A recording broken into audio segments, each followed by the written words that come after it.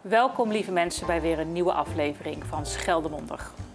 Vandaag heb ik een zeer bijzondere gast in de studio die ongelooflijk mooi en bijzonder werk doet.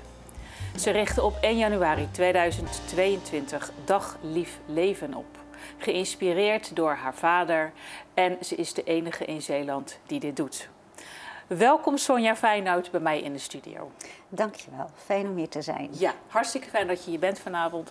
Vertel eens even, want Dag Lief Leven heb je opgericht en dat is eigenlijk ontstaan rondom het overlijden van je vader.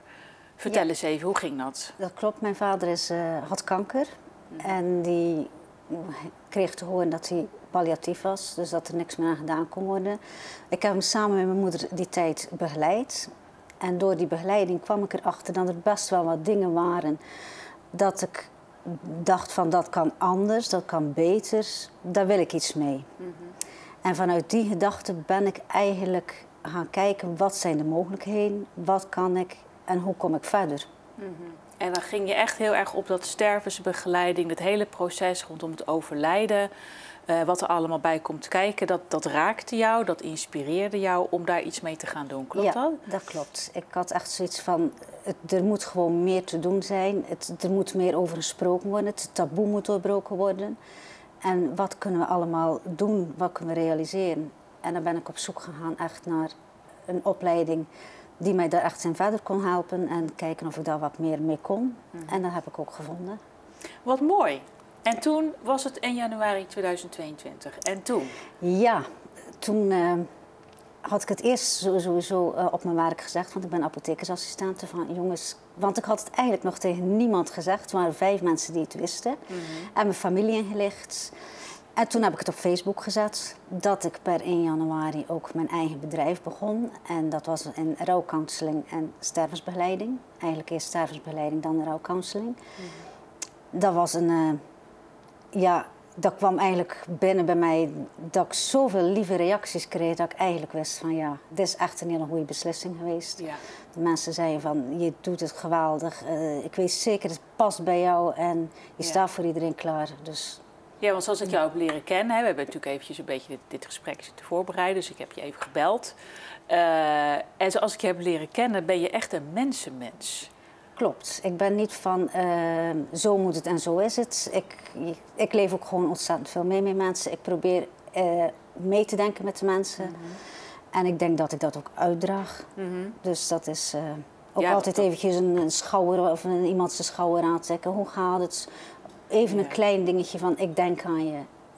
En dat kan al zoveel doen in zo'n situatie. Hè? Dat is vaak al de helft. Ja, dat dus geloof ik. Want je zei... in ons gesprek zei je, ik sta in het laatste moment van iemands leven. Ja. En dat is iets heel intiems. Klopt. Hoe ervaar jij dat? Ik ervaar dat als heel mooi. Ik bedank de mensen daar ook altijd voor, dat ze mij toch vertrouwen, want ze vertrouwen mij echt hun leven toe, zeg maar. Ik kom in het intiemste van iemands leven, die neemt afscheid van het leven en ik ben daarbij. Het is echt, ontzettend mooi. Ja. Ik kan er uren over praten. Ja, dat geloof ik. Ja. En je komt natuurlijk ook van alles tegen. Want ik bedoel, op het moment dat iemand weet dat hij komt te overlijden, hoe gaat dat in zijn werk? Neemt die persoon dan zelf contact met jou op? Of zijn dat de mensen die daar omheen staan? Of hoe gaat dat? Soms zijn het de mensen die eromheen staan van, goh, er is wat gaande bij ons. Of soms nemen de mensen zelf contact op. Dan eerst via de mail. Meestal is het via de mail of ze bellen mij. Is er dan een contact gelegd, dan ga ik eerst naar die mensen toe en dan heb ik daar een gesprek mee. Dan leg ik even de spelregels uit, dus wat moet ik me aanhouden, wat verwacht ik van mensen. En ik probeer te kijken of er een klik is. Ja. Want als die klik er niet is, dan houdt het automatisch op. Ja, want het is, je zit in een intiem iets en is er geen klik, dan kan je het gewoon vergeten. Nee, en dat is fijn, hè? Dus goed, 9 van de 10 keer gaat dat prima en heb je fijne gesprekken en heb je het gevoel van er is verbinding en ik kan iets voor die mensen betekenen. En wat doe jij dan precies? Ik sta mensen bij in alles, zeg maar. Ik leg uit wat ze kunnen verwachten. Ik vraag ook wat ze willen, wat willen ze zelf, wat verwachten ze zelf nog, wat verwachten ze van mij. Dus dat is eigenlijk best wel, om even iets concreter te zijn, ze komen, wil jij een behandeling van een arts nog. Zeg je van, kijk, ze zijn ziek, heel erg ziek. En ga je dan voor kwantiteit of ga je voor kwaliteit? Zeg je van, ik wil echt nog het laatste uit het leven rekken? Of zeg je van, nou, ik vind het prima. En ik ga gewoon zorgen dat ik van alles afscheid neem. En de dingen die ik echt nog kan doen, wil ik nog doen. Of zeg je van, nou, ik ga het ziekenhuis in, het ziekenhuis uit. Bewijzen van, dat kan soms. Met de behandelingen. En dan, over zulke dingen heb ik het dan ook echt wel. En hoe zien ze het laatste, het afscheid? Dat is ook een belangrijk iets. Zorgen dat de mensen echt rust krijgen, dat ze rustig kunnen sterven. Dat is eigenlijk mijn doel. Ja. Wat ontzettend mooi dat je dat doet. Ja, het schijnt heel bijzonder te zijn. Ja, het is gewoon echt heel mooi. Ja, want eigenlijk bedoel, de dood hoort net zo bij het leven als het leven bij de dood. En dat is denk ik ook wat je net bedoelde met dat je dat een beetje uit die taboe sfeer wil halen. Ja, dat is ook zo. Mensen, het is nog een klein, ver van mijn bedshow, maar het is iets dat heel veel mensen raakt. En ook dat de mensen, je merkt ook dan de mensen die achterblijven, dat je ze bijvoorbeeld spreekt na een jaar en dan zeggen ze, hoe is het? Ik praat er niet over. Zeg ik, waarom niet? Ja, dan vinden mensen me een zeur. Dus ik heb het heel moeilijk. Dan zeg ik, je bent geen zeur, want rouwen heeft geen tijd. Nee. Dus daar staat geen tijd voor. Nee, daar staat geen tijd voor. Nee, en dat is voor iedereen persoonlijk en iedereen doet dat op zijn eigen manier. Dus dat is, en doe je dat ook, zeg maar, stel je voor iemand is dan overleden, heb je dan ook nog nazorg als je kijkt naar de mensen die zijn achtergebleven? Ja, dat doe ik niet. Meestal niet gelijk. Ik wacht eventjes, want ik laat dan eerst de mensen een beetje tot hunzelf komen. In het begin is er altijd heel veel visite en heel veel aanloop en nog een heleboel te regelen. En na een paar weken, na een week of 2, 3, neem ik contact op van hoe gaat het. Ik ga een keer even langs, ik ga kijken hoe het gaat. En zo is het nodig, ga ik gewoon vaker. Sommige mensen zeggen, ik vind het gewoon fijn dat ik kom, kan ik even mijn verhaal doen. En dan ben ik weer weg. Ja. En ik kan me ook voorstellen dat je af en toe hele spannende situaties tegenkomt. Hè? Ik bedoel, als er mensen aan het sterven zijn, dan komt alle heftigheid komt best wel naar boven. Ja. Hoe ga jij daarmee om? Als je, weet ik veel, midden in een familieruzie terechtkomt of zo, wat moet me daarbij voorstellen? Ik probeer dus wel zo te kijken of ik kan onderhandelen. In die zin, als iemand komt te sterven en die zegt, nou, ik heb ruzie met mijn zus, maar ik zou ze toch nog graag eens willen spreken. En die cliënt geeft dan toestemming dat ik die cliënt opbel. Dan leg ik het verhaal uit. En dan zeg ik ook van, ja, kijk, je kan nog een keer afscheid gaan nemen. Dat wil ze graag. Of hij, en maakt niet uit. Je kan langskomen en je kan het ook laten. Als je komt, kan je het uitpraten. Dus dan is het voor 2 kanten een afsluiting. Ja, je kan het niet meer overdoen. Je kan het niet meer overdoen. En als je het gezegd hebt, ben je het kwijt. Het kan voor allebei een grote afsluiting zijn. Ja. En dan laat ik het aan die mensen zelf over. Ja. Waar die ruzie over gaat, dat gaat mij in principe niet aan. Dat is ook mijn pakje aan niet. Nee. Ik ben voor diegene die al stervende is, bel ik en ik vraag zijn wens, haar wens, om die te vervullen en dan zodat die rustig kan sterven. Ja, en ik kan me ook voorstellen als je de dingen uit kan spreken op je sterfbed. En dat werkt natuurlijk 2 kanten op. Zowel voor de mensen die achterblijven als degene die gaat. Ja. Dat heel veel rust kan geven als dat op het laatste moment nog wordt uitgesproken. Ja, is ook zo. Ja, wat mooi. En wat mooi dat je daar dan ook zo'n rol in kan vervullen. Ja, en soms lukt het en soms lukt het niet. En dan, dan moeten ze hun eigen er ook bij neerleggen. Want dan heb ik mijn best gedaan. Tuurlijk. Ik kan moeilijk iemand aan zijn haren sleuren en dan ga je praten. Het zou soms wel eens leuk zijn, maar nee, dat is echt... dat is ieder zijn eigen proces. Ja, dat is ieder zijn eigen... Ja, mooi. Ik kan me ook voorstellen dat sterven is iets heel intiems. Dus dat, in alle heftigheid van dat proces. Word je misschien ook nog zelf aangeraakt door je eigen verdriet. Bijvoorbeeld van je vader die is overleden of andere mensen die je dierbaar zijn. Hoe ga je daarmee om als dat je overkomt? Ik moet zeggen, ik heb wel eens een traantje weggepinkt. Dus ik denk dat het ook wel logisch is, want je wordt natuurlijk met die mensen. Je bent op een gegeven moment heel intiem.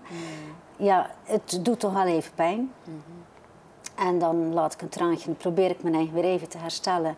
En dan kom ik thuis en dan trek ik mijn hardloopschoenen aan en dan ga ik naar het strand en dan loop ik. Ja. En dan word ik weer rustig en dan ga ik mijn verhaal uittypen. Want ik moet natuurlijk ook altijd een verslag schrijven. Ja. En dan zit het er nog allemaal vers in. Ja. En dan heb je het ook van je afgeschreven, zeg maar. Ja. En van je afgelopen. Ja. En dan denk je er nog wel aan, maar dan goed dan zakt het weer een beetje, zeg maar. Ja. Ja, want Dus dat is natuurlijk het is- ook als je natuurlijk zelf ook te maken hebt gehad met de dood. En ik denk dat we dat allemaal hebben. Ik hoop natuurlijk op een leeftijd dat we meer... op een gegeven moment heb je meer mensen om je heen die wegvallen dan dat er baby's worden geboren en dat er bruiloften zijn, zeg maar. Voor elke levensfase heb je weer andere dingen. Maar je wordt daarin natuurlijk wel geraakt. En dat is ook mooi, denk ik. Ja. Hè? Dat je daar ook in je eigen menselijkheid kan laten zien. Ja, ik denk als je dat niet meer hebt, kan je ermee stoppen. Ja. Want je doet het voor je gevoel ook. Ja. Ik bedoel, het is wel... Ja, het is dat niet mag niks. je ook wel laten zien, toch? Ja. Ik bedoel, dat is toch ook helemaal niet erg als je dan eens een keer een traantje laat. Of Nee. weet je, ik bedoel, dat is toch ook gewoon menselijk als je dan je eigen verdriet kan laten zien. Van, hé, dit raakt mij ook. En ja, dit is ook gewoon heel Maar dat kan je ook niet verdrietig. tegenhouden. Als het moment is en die tranen die komen, goed, laat ik ze even halen. Ik doe wel een stapje achteruit en denk ik, dan ziet niet iedereen het. Ja. Maar dat, Dat is oké, toch? Dus, dat hoort erbij. Hoort ook bij je vak, denk ik, toch? Dat is ook zo. Dat is ook, voor mij is passie en emoties, dat hoort een beetje bij dat elkaar. dat is één, en als je die met passie kan doen, dan leg je er ook niet je ziel en zaligheid in. Dus die emoties, die zijn er dan ook en die mogen ook gewoon, wat mij betreft, vrijelijk stromen. Laat maar komen. Ja, toch? Ja, mooi. Nou ja, zo. omdat ik ook denk dat je daarin ook iets voor mensen kan betekenen. Als je zelf laat zien hoe je daarmee omgaat. Omdat mensen het vaak al moeilijk genoeg vinden. Ja, is ook zo. Om te laten zien wat ze voelen. Ja, want er zijn ook, vooral bij mannen merk je nog wel, ik mag niet huilen. Dan zeg ik, Oh ja, stoere jongens huilen niet, ja. Ik zeg, dat is nog heel ouderwets. Hup, die tranen moeten eruit. Ja, tuurlijk. Ja. Dat is ook zo. Dus het is... mooi. het hoort bij het leven. Dat is het. Het is niet anders. Weet je, ik zeg altijd van tranen zijn vloeibare liefde. Ja. Toch? Ja. Is bij zulke momenten. Dat is je gewoon, zo. als je veel van iemand gehouden hebt die je los moet laten, dan is het toch heel mooi als je dat verdriet kan laten zien. En dat je dat kan delen met elkaar. En dat je daarin, daar zeggen ze ook wel eens, gedeelde smart is halve smart. Ja, is ook zo. Ja, want op dat moment deel je het ook gewoon echt samen. Ja. Is ook zo. Ja, mooi. Als je mensen hebt die aan het overlijden zijn, hè, dan, ik heb wel eens iets gehoord over palliatieve sedatie en euthanasie. Zit daar nog verschil tussen? Ja, wat dat is vertel ik dan de mensen ook. Je hebt euthanasie, dus euthanasie is een spuitje, daar ben je eigenlijk gelijk weg. En je hebt palliatieve sedatie. Palliatieve sedatie is eigenlijk iemand rustig houden, dus een soort slaap. Moet je ook wel melden. Ze krijgen dus gewoon morfine en ze krijgen een slaapmiddel. Ze kunnen nog wel wakker worden, maar dan ze gewoon rustig liggen. Ja, dat ze comfortabel zijn. Dat ze echt gewoon comfortabel zijn. En het is, dan meestal wordt dat gedaan dat de verwachting nog kortdurend is, zeg maar. Ja. Dus dat is dat je geen pijn meer hoeft te hebben, dat je gewoon rustig kan zitten. En uiteindelijk slaapt iemand dan zelf in. Ja. Meestal is het dan, dan merk je ook als iemand aan het sterven is. Maar ook wat belangrijk is, vind ik, dat is even van de hak op de tak. Maakt niet uit, maakt niet uit. Dat de mensen weten vaak niet als iemand aan het sterven is wat er met iemand gebeurt. En dat is ook wel een heel belangrijk iets om dat ook wel aan de mensen te melden. Dus bijvoorbeeld net als reutelen, ik weet niet of je dat kent. Dat is die ademhaling. Die ademhaling, die verandert ook. En dat is ook iets waar mensen soms van schrikken. Ja. En dan zeggen ze spuit maar bij, maar zelf zijn de mensen die daar liggen, die merken daar zelf niks van. Nee. Dus ook wel belangrijk dat je dat ook eventjes meldt. Ja. En dat je dat ook eventjes mee heeft, dat dat niet zomaar bij het platspuiten hoort, zeg maar. Nee. Nee, dat is mooi dat je dat zegt, want ik bedoel het bewustzijn rondom dat hele sterfproces. En wat jij daarin weet en aan mensen mee kan geven over dit is hoe het eruit zou kunnen zien en dit is wat erbij hoort, kan mensen ook weer heel veel rust geven. Ja. Ja, toch? Ja, als je weet wat er gaat gebeuren als iemand aan het overlijden is. Ik bedoel, dan sta je in... Ja, goed, het is al heftig genoeg. Maar dan weet je, oh, dit hoort erbij, zeg maar. Ja, want dat reutelen is ook met net... dan maken ze een beetje een raar geluid. Ja. En daar schrikken mensen van. Ja. Ja. Maar zelf maken ze dat niet bewust mee. Want dat hoort bij die stervensfase. Ja. Ja. Dus dat is ook wel... En euthanasie is... dan komt er een arts. Dat is echt een actieve vorm van levensbeëindiging. Ja, dan komt er een arts en dan komt er ook eerst een scanarts. Want het is niet dat je vandaag zegt, ik wil een spuitje, dat is geregeld. Nee, daar kan ik me ook iets bij voorstellen. Nee, dus er wordt ook een heel proces vooraf. Dan komt er ook een arts en dan komt er nog een tweede arts. En dan moet het eerst nog goedgekeurd worden. En dan... Ja. Moet je dat soort dingen allemaal van tevoren regelen? Is dat handig? Nou ja, je kan wel. Net even te bedenken. Ja, het is wel handig dat je het van tevoren ook weet, dat je met je arts overlegt.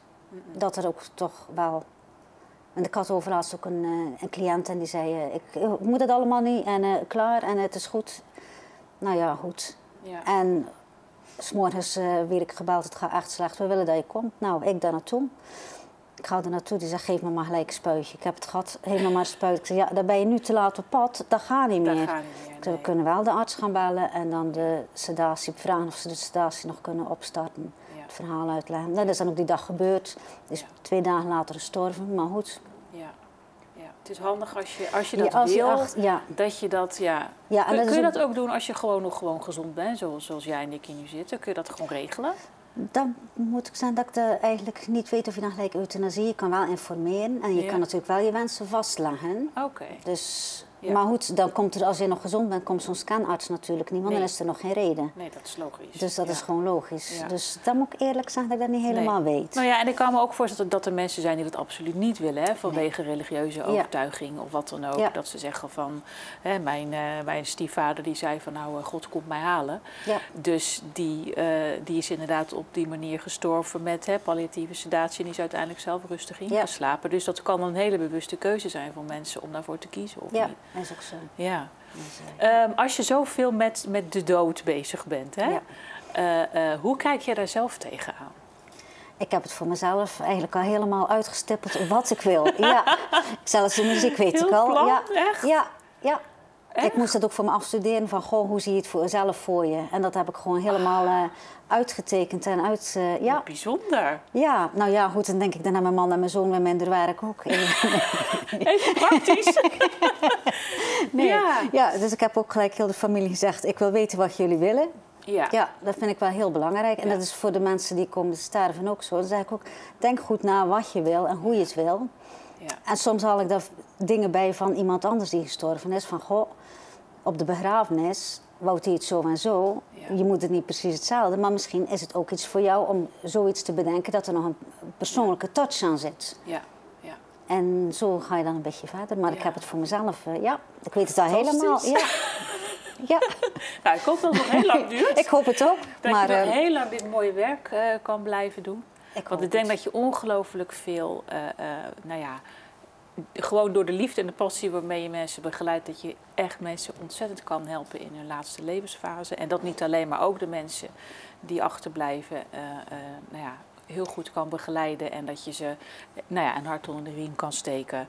En dat ze ook rustig weer, ja goed, het is verdrietig Ja. als je iemand moet missen, maar je moet toch verder. Ja. En dan kan jouw begeleiding toch net een beetje licht en lucht geven Ja. in die donkere tijden. Ja, ja, het Dus, is iets wat echt, er wordt steeds meer aandacht aan gegeven. Ja, dus het is gelukkig. echt, ja. Gelukkig. Dus ik hoop dat ik er nog heel lang mijn steentje in kan bijdragen. Ja, nou fantastisch. Nou, ik wil je hartelijk bedanken voor je komst naar de studio. Ik ben ongelooflijk dankbaar dat je je verhaal wilde vertellen.